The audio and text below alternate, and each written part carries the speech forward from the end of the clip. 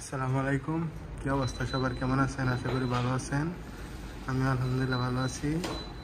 আজকে সামায়া কোম্পানির মধ্যে কাজ করতাম, এসে বসে টাওয়ারির মধ্যে ইমার্জেন্সি। বড় ভাই মুস্ত আইছে, অঙ্কের সাহেবের অসুস্থ হয়ে বসছে। ভাইকে উঠ উঠ উঠ, তাড়াতাড়ি উঠ, তাড়াতাড়ি উঠ, কাম করুন লাগবে বলো।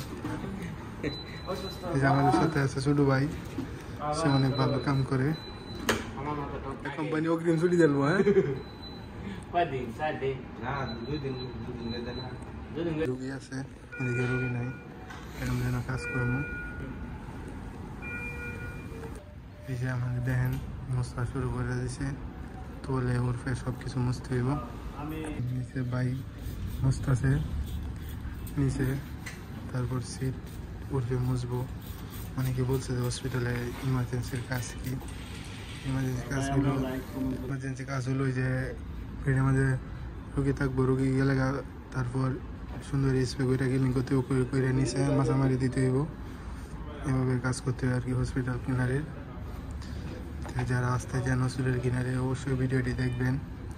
এর মধ্যে সর্বপ্রথম কি কাজ করতে হয় সে ক্লাসের পরবর্তী ভিডিও ইনশাল্লাহ আমি তুলে ধরবো।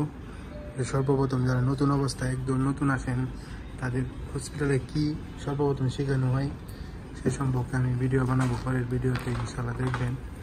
আপাতত টাওয়ারির মধ্যে কাজ করার লাগে আর কি কিছু ভিডিও বানাইছি, ইনশাল্লাহ দেখা হবে পরবর্তী ভিডিওতে। আসসালামু আলাইকুম।